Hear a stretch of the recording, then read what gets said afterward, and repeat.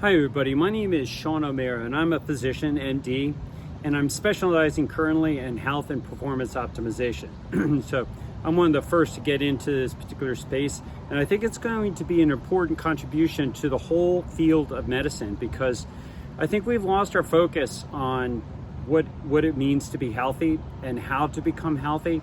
And so I think it's time that we start really honing in on what really improves health. And the other half to my specialization is performance optimization, was something I found out through extensive research with my research partner when we were looking at the reversal of chronic disease. They actually increase human performance. So the interesting thing that happens when you get people healthy is people start improving their appearance and they start improving their performance. And once I think this becomes more widespread and understood, I think you'll see corporate America adopting strategies for improving people's health, really reversing the chronic disease process, so that there are people not only are healthier and they reduce the cost of healthcare expenses that many times are borne directly by corporations, particularly like self-insured large companies, but also because employees will start performing better, and so that's going to increase productivity, the bottom line of companies. So a lot of reason to be optimistic, lots of drag and resistance to the notion of getting healthy, because there's good money to be made in the disease process. And if you follow me, you know that I speak out against that, and I'm all about trying to get you more healthy. So in this video, I'm not sure how long it's going to last, because I haven't done a video in a long time, probably about 5 to 10 minutes or so. Well, let's be honest, it's probably going to be 10 to 15 minutes. I'm going to cover a few things. One, I'm going to cover sunshine. I'm going to talk about the definition of health, and I'm going to talk about an interesting study that recently came out that I think will be useful for my followers to learn about and study as I try to do more videos and more content on the human microbiome. So. And the third one is going to be, the last point I'll cover will be a new biomarker that I want to share with you that I think is going to be important, that you should be aware of and see if you follow it. So first of all, I'm out in the sunshine. I thought about doing a shirt. I said, I'd put on a shirt just to do the video. I'm not going to do that. I'm outside. I'm getting sunshine. I'm working on production of nitric oxide. I'm working on production of vitamin D. All great things that you want to endogenously produce, meaning your own body make, as opposed to exogenously take it in from outside sources like you might do with supplementation of vitamin D supplementation. You really want natural sunlight producing that. So I'm out in the sunshine. I don't wear my shirt. The other thing is, to kind of segue into leaving the topic of sunshine and discussing the next topic I want to talk about, which is health, is I think it's part of our definition of health. I think my definition of health is how you look and how you perform. So I'm not out here to try to get a fan base because my appearance. I'm speaking out as a physician who's 58 years old, that your health is premised chiefly in two things. One, how you look, and two, how you perform. It's been basically a desire or a goal of humanity, Homo sapiens, to look good. And if anybody denies that, well, just probably sign off right now. Don't follow me. But I think for the majority of Homo sapiens, you want to look good. You'd prefer to look attractive. Maybe some of you have decided to give up on your appearance, but don't, because you can actually improve your appearance just by becoming more healthy. They don't tell you that, and really it's sad, but it really is the case. So if you become more healthy, you're just going to become more attractive. Your appearance will improve. And if you're not going to do that because maybe you're out of the dating game, I've been married now 24 years.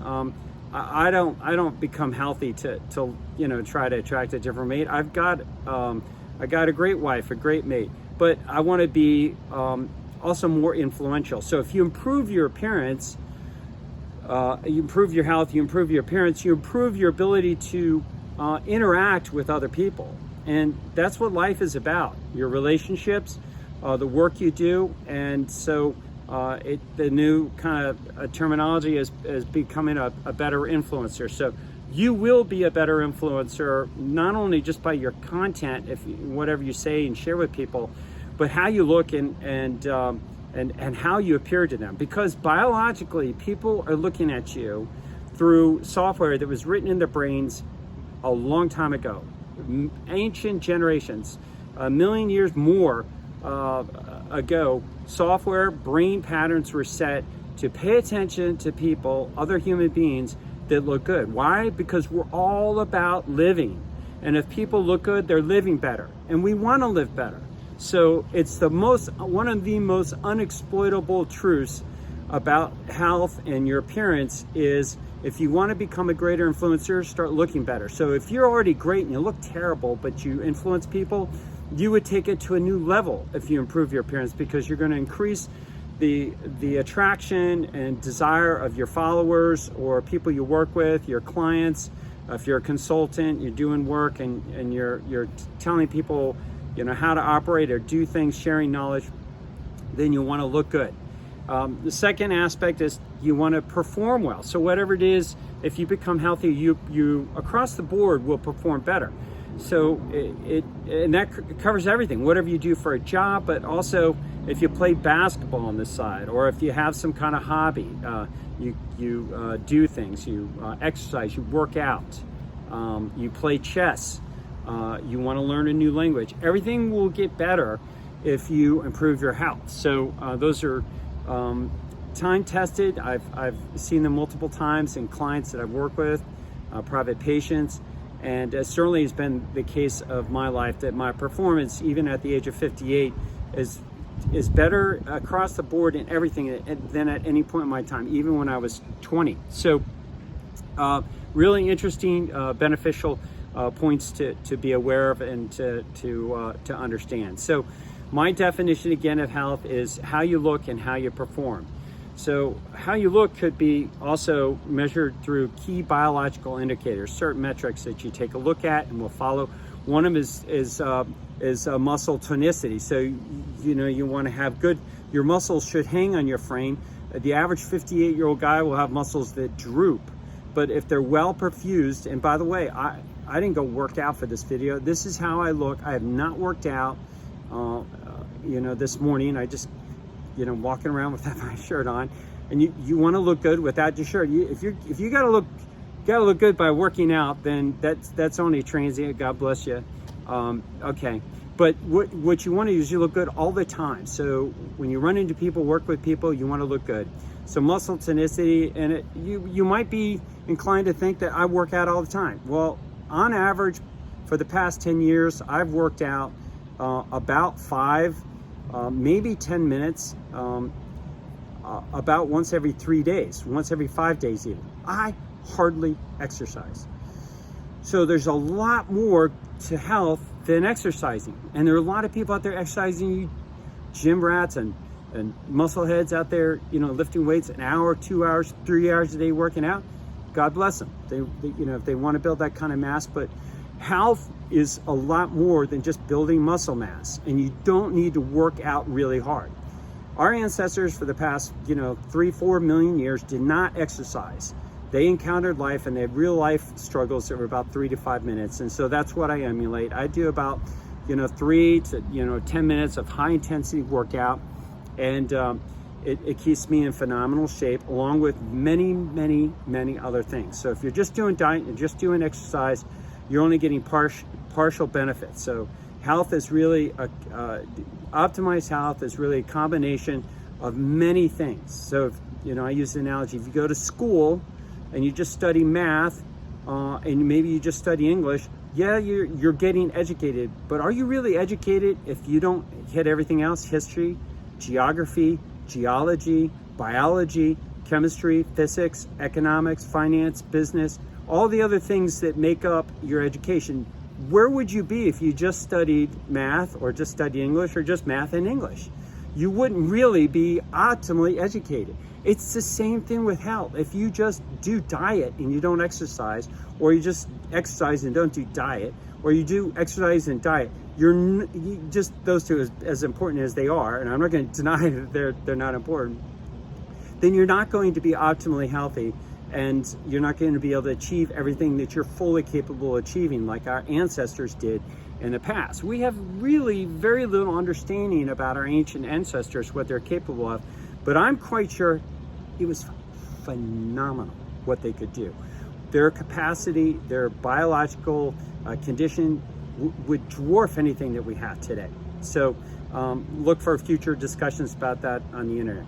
So next topic I want to talk about is a interesting article that came out, and it's out in this magazine called sciencemag.org. So you can go to that website, sciencemag.org, and you can Google this subtitle. So I'm putting it up there, but I'm going to read it for the benefit, just because maybe you can't really see it because of the glare. So if you just Google piles of ancient poop reveal extinction event in human gut bacteria. So piles of ancient poop reveal extinction event in human gut bacteria. Why this is even news, I don't know, but because it shouldn't be. I mean, it should be obvious that we have lost the incredible microbes that we formerly, possessed within our gastrointestinal tract. And what they're found you can tell when you read the article that the investigators are surprised about this. Oh, good Lord. They're surprised that when they look at the microbiome present in these acopolis, these fossilized, these human remains of feces from 1,000 years ago, that these microbes don't look like the microbes of humans today, or don't look like the microbes even of hunter-gatherers today, kind of more primitive tribes. It's sad. It's just not intuitive, but the amount of diversity and the amount of microbes and the benefits that those microbes conferred directly into our health and our quality of life, going back millions of years, is just so poorly understood. So it's going to be the most important objective, I think, in the future, is looking at the microbiome, the collection of organisms inside your gastrointestinal tract and living on your skin. So I hope to do a lot of explanation and some videos that concentrate on the microbiome, why you want to be aware of it, and how you can exploit it to your benefit. So anyway, take a look at that article, enjoy it and read it, and feel free to share your comments on my website. So the last point I want to get into is a new biomarker. So biomarkers are targets that you can take a look at that improve your health. One that probably your doctor is just madly in love about. He and she just talks about it all the time, and maybe that's all they really talk about is cholesterol, right? Lipids, because they can sell you pills, statins, make money off of it. And so that makes them money, it makes the system money, it makes the insurance company money. Everybody's about that. But there's so much more to health than trying to sell pills to change, change people and treat disease. You want to get them, ultimately healthy. And cholesterol and lipids are really just a bad marker. They don't directly have any clear association with or direct causality with health, meaning that if you lower cholesterol, it's not going to get you, to live longer or to reduce mortality. That actually is quite the opposite. The lower your cholesterol, the higher your mortality. Your doctor doesn't talk about it. By the way, when we give you these pills and you start taking these things and lowering your cholesterol, did you know studies consistently show that that's going to increase your mortality? Yeah. So I don't pay attention to that. I used to track all that stuff and do all these elegant tests. Now I track things more meaningful, like the resolution of edema in tissues, the reversal of spider veins, gross, ugly, unattractive markings in the skin, a more youthful return to skin cutaneous structures, and to the appearance of the body, muscle definition, and how it performs. All of that should be getting better based on your lifestyle, not from medicines. They're not going to get better from taking medicines. So, prescription drugs that people take to try to reverse their disease process. So if you followed me for a while, or if you continue to follow me, you're going to hear lots of interventions that I recommend for optimizing your health that truly reverse the disease process. And biomarkers and biometrics are part of how I share that with my clients so they know how to get better, and my followers. So the new biomarker is tracking your pulse. You know, I used to have to take my pulse and my radial pulse. I'm an ER doctor, and I would also take it in the carotids, you know, assess. And I track my pulse in relationship to working out to see if I can do the same exercise without bumping my heart rate up as much, and to see how fast I recover from a workout. So the faster you recover from workout is also an indication of the state of your condition, how well off you are, your physiological recovery. So I used to have to feel my pulses. Now I don't. I can feel my pulse without touching it. So I'm aware of my pulse standing up right here talking. I can feel my pulse. So I can't really point to one area. It's like throughout my body. So it's something that's slowly increased over a period of time, and I would track it. I've got gobs of data on my pulses with relationship to my sauna and how quickly I recover from the sauna. And I used to have to touch my pulse to feel it, but now I just when I get out of the sauna, I just lay down and I can feel my pulse, and I don't have to. I can perceive my pulse without having to feel it. So I'll throw the question out to my followers: can you perceive your pulse, and or do you have to touch it to actually understand what your heart rate is and what your pulse is?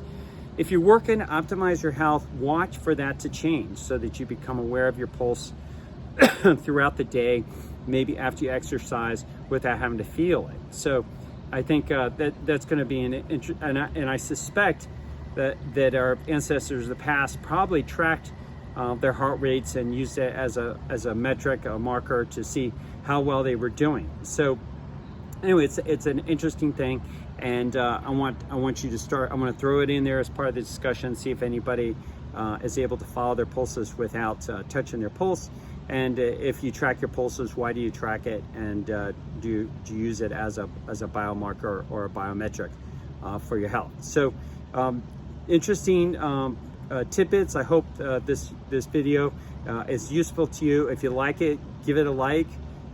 If you want more content like this, let me know. Give me some comments. I like comments and questions, and forward it to other people. I'm a not-for-profit physician.